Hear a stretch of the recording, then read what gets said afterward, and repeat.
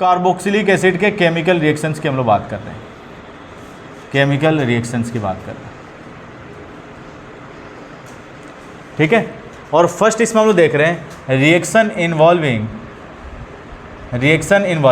ये पार्ट कर लोगे, reaction involving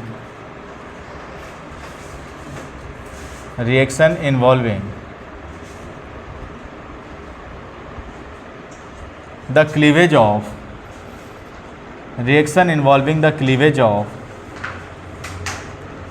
OH bond, reaction involving the cleavage of OH bond, ठीक है। तो हम लोग अभी वो रिएक्शंस देख रहे हैं जो OH बॉन्ड के क्लीवेज से जो रिएक्शंस हो रहे हैं उसके लिए हम लोग देख रहे हैं। और इसमें पहला है आपका, फर्स्ट है आपका एसिडिटी ऑफ कार्बोक्सिलिक एसिड। तो कार्बोक्सिलिक एसिड के एसिडिक की हम लोग बात कर रहे हैं, एसिडिक स्ट्रेंथ की, एसिडिटी ऑफ कार्बोक्सिलिक एसिड,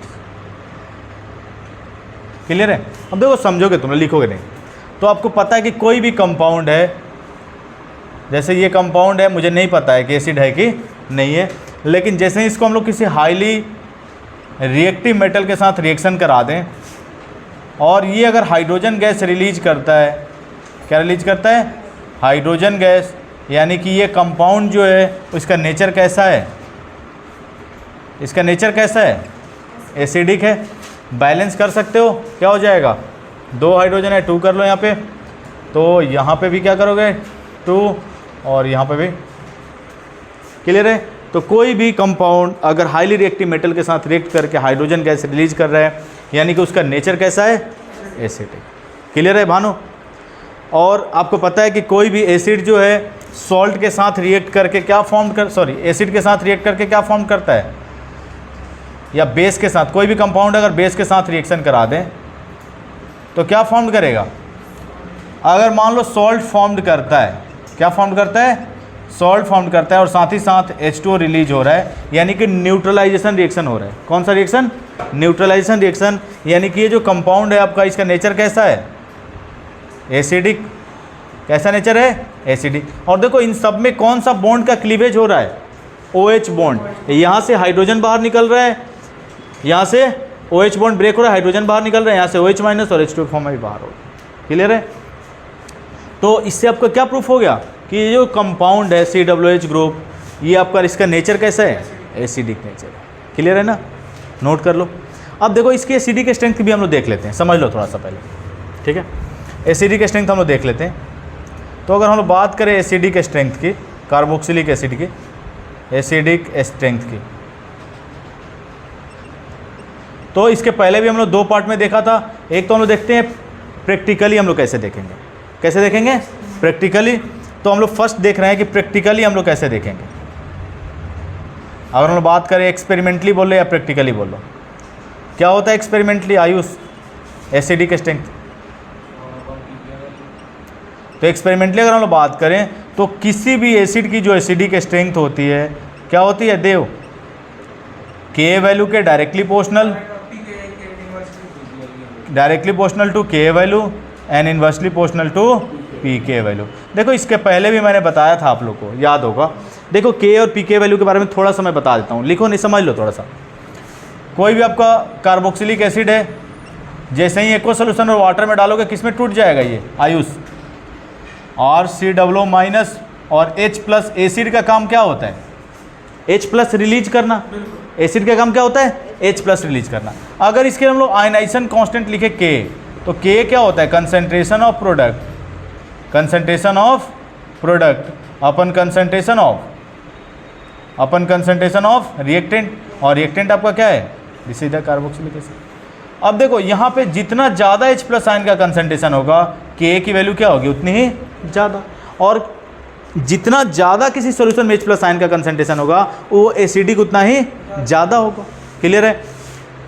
तो जितना ज़्यादा H+ आयन का कंसंट्रेशन सॉल्यूशन में उतना एसिडिक ज़्यादा, मतलब उतना K वैल्यू भी क्या होगा, ज़्यादा। यानी कि जितना ज़्यादा K वैल्यू, एसिडिक स्ट्रेंथ उतनी ही ज़्यादा।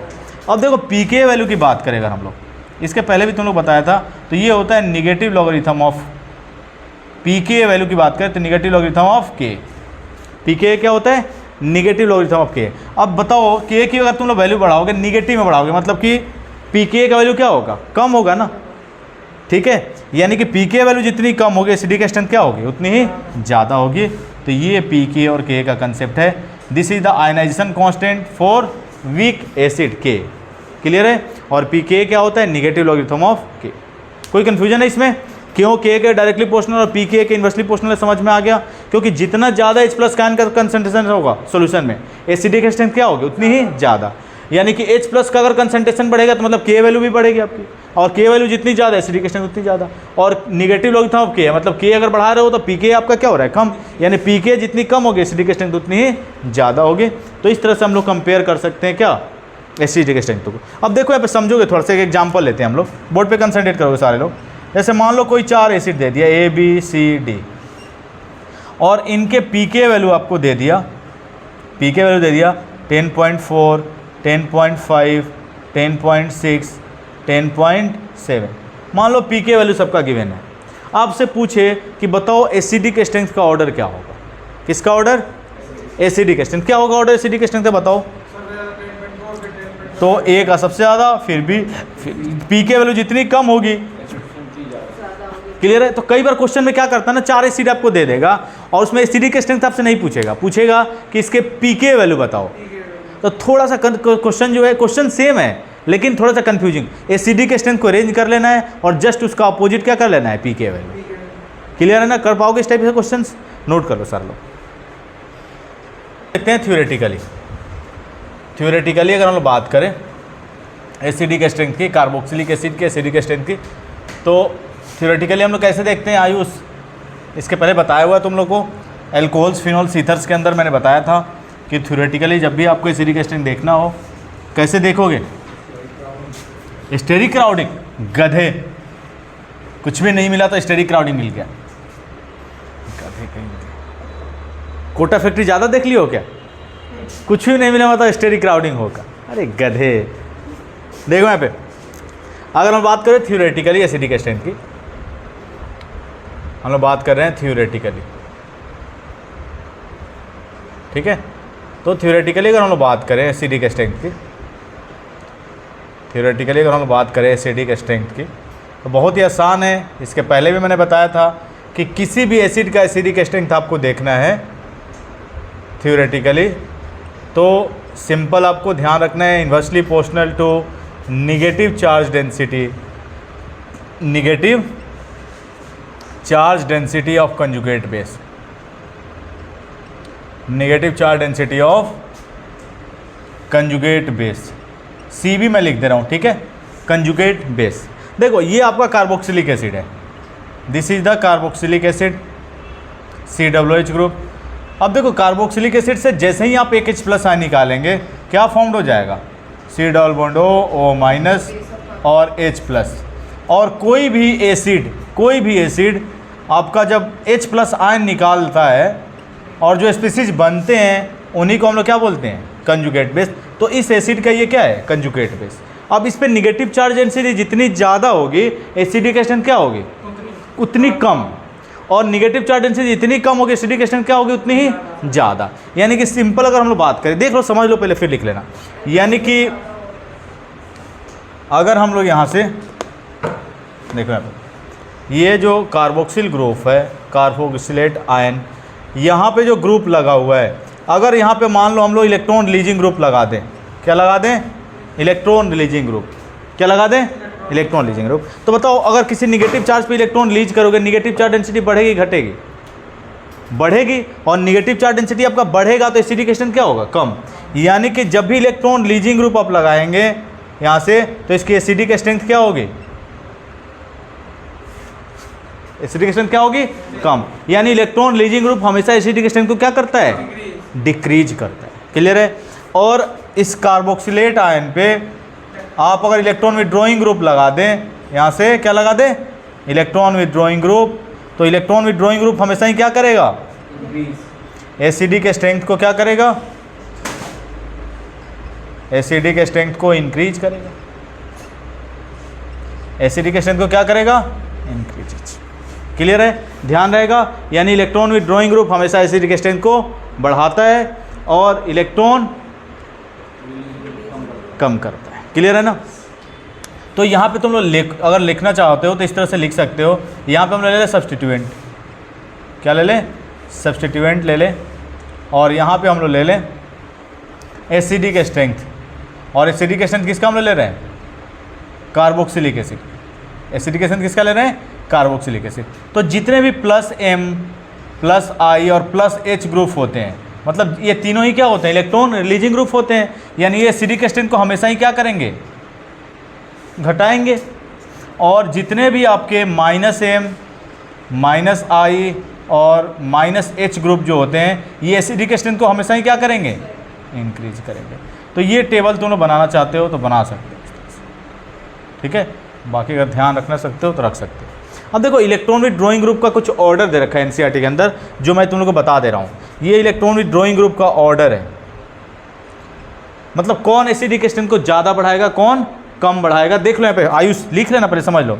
तो CF3 सबसे स्ट्रॉन्ग इलेक्ट्रॉन विथड्रॉइंग ग्रुप है, मतलब एसिडिक स्ट्रेंथ को सबसे ज़्यादा कौन बढ़ाएगा? CF3। फिर आपका आता है नाइट्रो ग्रुप, NO2 ग्रुप।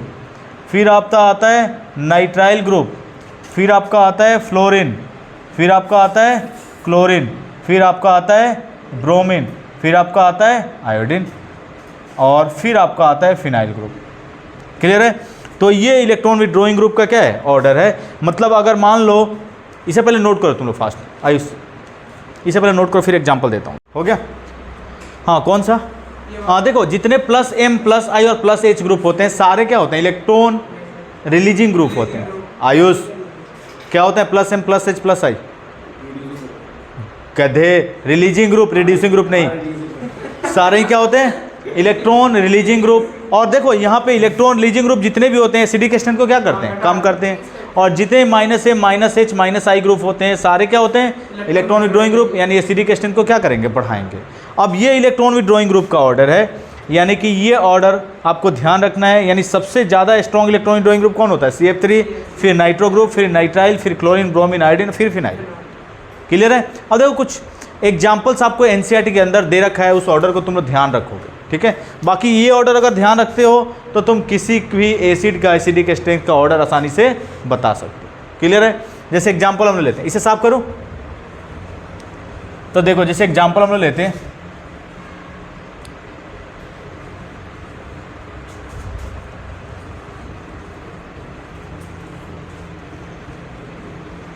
दो मैं एसिड देता हूँ, आपको कंपेयर करना है एसिडिक स्ट्रेंथ, ठीक है।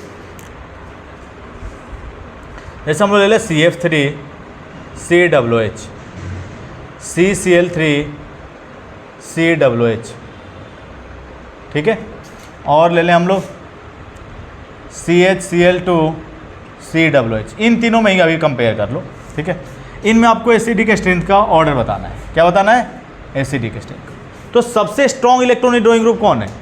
CF3। यानी निगेटिव चार्ज डेंसिटी को सबसे कम कौन करेगा? ये। यानी एसिडिक स्ट्रेंथ इसकी क्या होगी? सबसे ज़्यादा। अब देखो यहाँ पे CCl3 है, मतलब 3 इलेक्ट्रॉन विथड्रॉइंग ग्रुप लगे हुए हैं, जबकि यहाँ पे CHCl2 है, 2 इलेक्ट्रॉन विथड्रॉइंग ग्रुप। बताओ स्ट्रॉन्ग इलेक्ट्रॉन विथड्रॉइंग ग्रुप कौन होगा? CCl3। यानी इसमें एसिडिक स्ट्रेंथ क्या होगी? ज़्यादा, क्योंकि निगेटिव चार्ज डेंसिटी को ज़्यादा कम करेगा CCl3 as compare to CH। बता सकते हो तुम लोग, आसान है। ये ऑर्डर जो लास्ट में मैंने बताया था, ये ऑर्डर ध्यान रखना है। बाकी एसिडिक स्ट्रेंथ का ऑर्डर आप आसानी से बता सकते हैं, ठीक है। अब हम लोग थोड़ा सा बेंजोइक एसिड के लिए देखते हैं। किसके लिए? बेंजोइक एसिड के लिए, ठीक है। तो अगर हम बात करें बेंजोइक एसिड के लिए एसिडिक स्ट्रेंथ की, एरोमेटिक कार्बोक्सिलिक एसिड के लिए।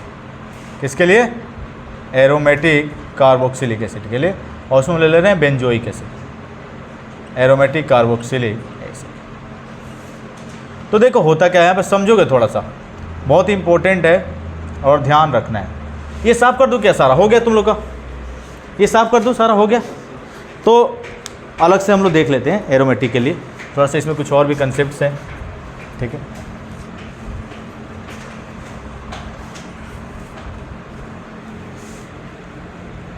और तुम लोग थोड़ा सा समझोगे और पहले समझोगे फिर लिखोगे। तो हम लोग बात कर रहे हैं एरोमेटिक कार्बोक्सिलिक एसिड के लिए। किसके लिए? Aromatic carboxylic acid. यानी हम लोग मेनली बेंजोइक एसिड की बात कर रहे हैं, एरोमेटिक कार्बोक्सिलिक एसिड से, ठीक है। अब मैं एग्जाम्पल एक दे रहा हूँ, तुम लोग पहले इसका एसिडिक स्ट्रेंथ का ऑर्डर बताओ। COH और पैरामिथाइल बेंजोइक एसिड, ऑर्थो पे ले लेते हैं, पहले ऑर्थो मिथाइल बेंजोइक एसिड, फिर मेटा पे हम लोग ले लेते हैं, फिर हम लोग पैरा पे ले लेते हैं। COH और मेटा पोजीशन पे क्या लग गया, CH3, और लास्ट हम ले रहे हैं बेंजोइक एसिड के पैरा पोजीशन पे आपका क्या लग गया,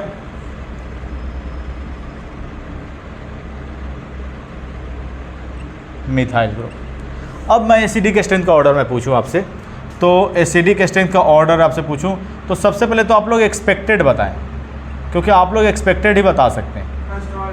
तो फर्स्ट वाले का सबसे ज़्यादा, क्यों? क्योंकि देखो बाकी सब में क्या लगा हुआ है, इलेक्ट्रॉन रिलीजिंग ग्रुप, क्योंकि CH3 जो ग्रुप होता है, एक बार नहीं मैंने 100 बार आपको बता रखा है कि ये जो ग्रुप होता है, जितने भी एल्काइल ग्रुप होते हैं सारे क्या होते हैं, इलेक्ट्रॉन रिलीजिंग ग्रुप। और इलेक्ट्रॉन रिलीजिंग ग्रुप कहीं ना कहीं निगेटिव चार्ज डेंसिटी को क्या करेगा, इंक्रीज, तो एसिडिक स्ट्रेंथ आपकी क्या होगी, कम।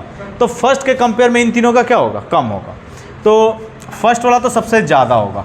अब बताओ इन तीनों में कंपेयर करोगे, क्योंकि मेटा पे हमेशा ही कौन सा इफेक्ट लगता है, वीक इफेक्ट, जबकि इन ऑर्थो और पैरा पे क्या लगता है, स्ट्रॉन्ग इफेक्ट। यानी कि ये निगेटिव चार्ज डेंसिटी को बढ़ा रहा है, लेकिन इन दोनों के कंपेयर में क्या कर रहा है, कम बढ़ा रहा है। ठीक है, अब थोड़े स्मार्ट हो गए थोड़ा सा। तो थर्ड वाले का क्या हो गया, इन दोनों से ज़्यादा। अब इन दोनों में हम लोग कंपेयर करें तो फोर्थ वाला हमने कर लिया, और फिर सेकंड है ना। तो ये तुम्हारे एक्सपेक्टेड ऑर्डर है, क्या है, एक्सपेक्टेड ऑर्डर है। लेकिन एक्चुअल में देखो क्या होगा एसिडिक स्ट्रेंथ का ऑर्डर, अगर एक्चुअल में हम लोग देखें तो देखो होता क्या है, ऑर्थो पोजीशन पे चाहे इलेक्ट्रॉन विथड्रॉइंग हो चाहे इलेक्ट्रॉन रिलीजिंग हो, बेंजोइक एसिड के केस में it always increases the acidic strength of benzoic acid.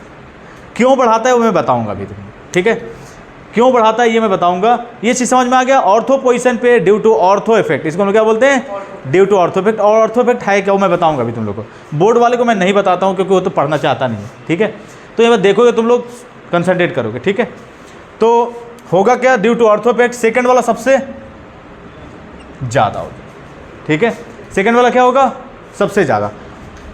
अब अगर हम लोग कंपेयर करना है, फिर फर्स्ट वाला आप तो तुम बता सकते हो, फिर आपका थर्ड वाला, और सबसे कम कौन सा होगा, फोर्थ वाला। यानी ये ऑर्डर ध्यान नहीं रखना है, ये ऑर्डर ध्यान रखना है। पता चला भानु एक्सपेक्टेड ऑर्डर लिख के आ गया, क्या तो वही बताया ना, ड्यू टू ऑर्थो इफेक्ट। देखो यहाँ पे ड्यू टू ऑर्थो इफेक्ट हमेशा ही बेंजोइक एसिड के केस में चाहे इलेक्ट्रॉन रिलीजिंग हो चाहे इलेक्ट्रॉन विथड्रॉइंग ग्रुप हो, हमेशा ही बेंजोइक एसिड के एसिडिक स्ट्रेंथ को क्या करेगा, बढ़ाएगा। अब देखो इसका रीजन, इसको हम लोग बोलते हैं ड्यू टू ऑर्थो इफेक्ट। इसके क्या बोलते हैं हम लोग, due to ortho. Ortho effect है क्या, समझोगे तुम लोग, ड्यू टू ऑर्थो इफेक्ट। तो देखो जो बोर्ड में बच्चे हैं वो सिंपल ये लिख सकते हैं क्या, due to ortho effect ortho substituted benzoic acid is more acidic than any other benzoic acid. Clear है ना। लेकिन इसका देखो एक्चुअल रीजन क्या है, समझोगे, पहले लिखोगे नहीं। इसका रीजन है sir effect, SIR, sir effect. क्या होता है सर इफेक्ट बताओ, asterisk inhibition of resonance, asterisk inhibition of resonance, asterisk inhibition of resonance,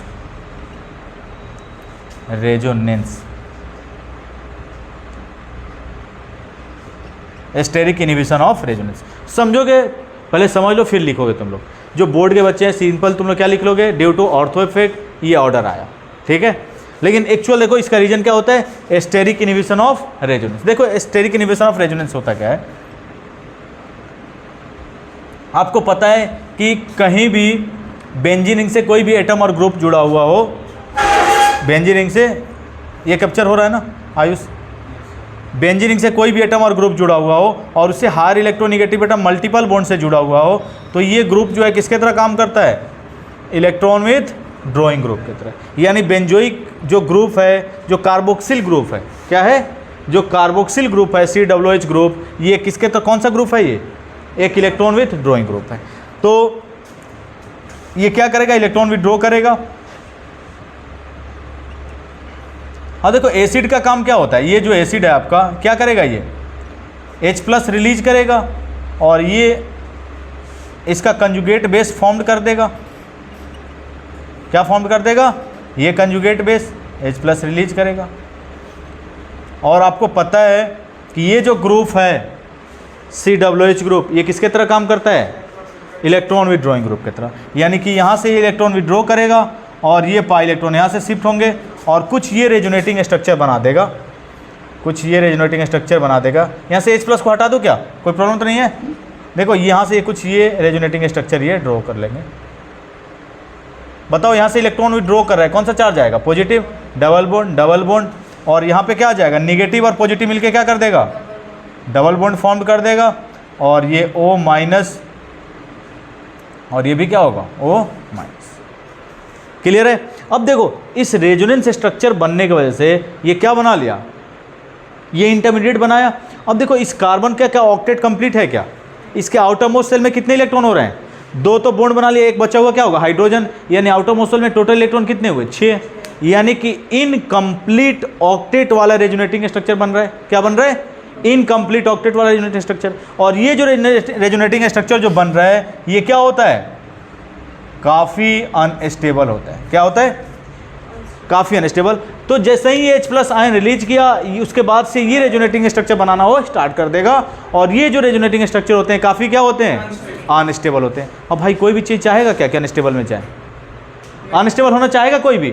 तो जैसे ही हम लोग बल्कि ग्रुप लगाते हैं, इसे साफ कर दूं, ऊपर वाला साफ कर दूं, ये हो गया ना।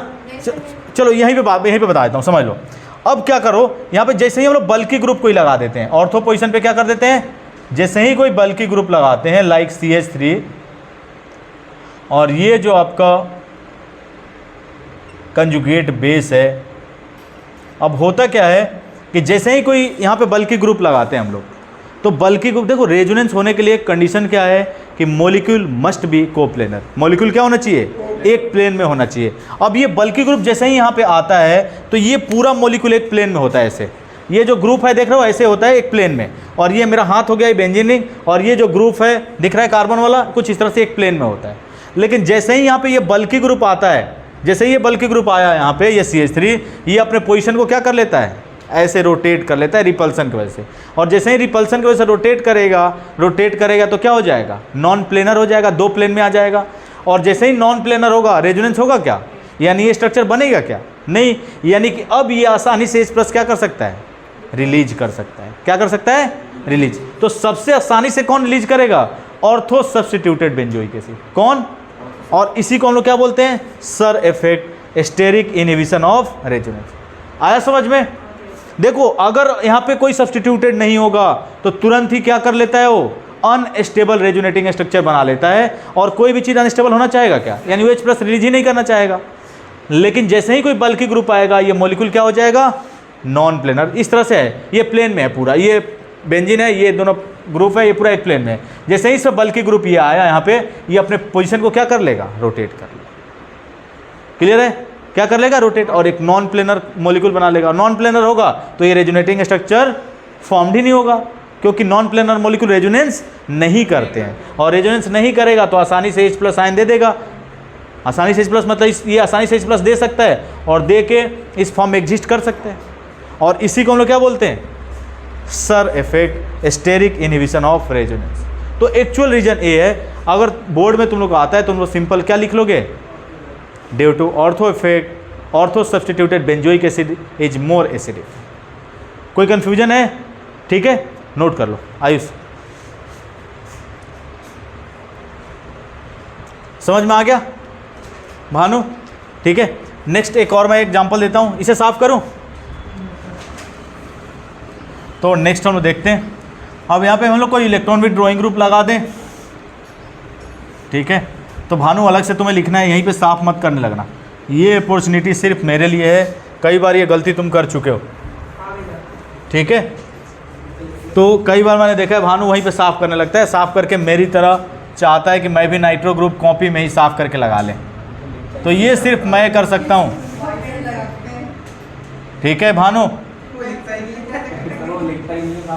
ऐसा तो कुछ नहीं कर रहे हो, देखो यहाँ पे तो ऑर्थो पोजीशन पे हम लोग क्या लगा दें, ortho nitrobenzoic acid, Meta nitrobenzoic acid and para nitrobenzoic acid.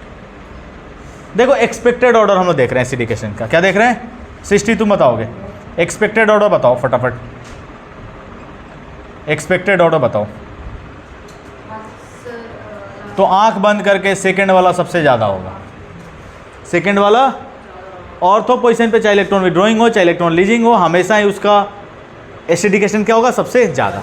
अब सब में कंपेयर करो, देखो इन दोनों में इलेक्ट्रॉन विड्रॉइंग ग्रुप लगे हैं जबकि इसमें कोई इलेक्ट्रॉन विड्रॉइंग ग्रुप नहीं है, यानी थर्ड और फोर्थ का एसिडिक स्ट्रेंथ फर्स्ट वाले से ज़्यादा होगा, ये तो कंफर्म है।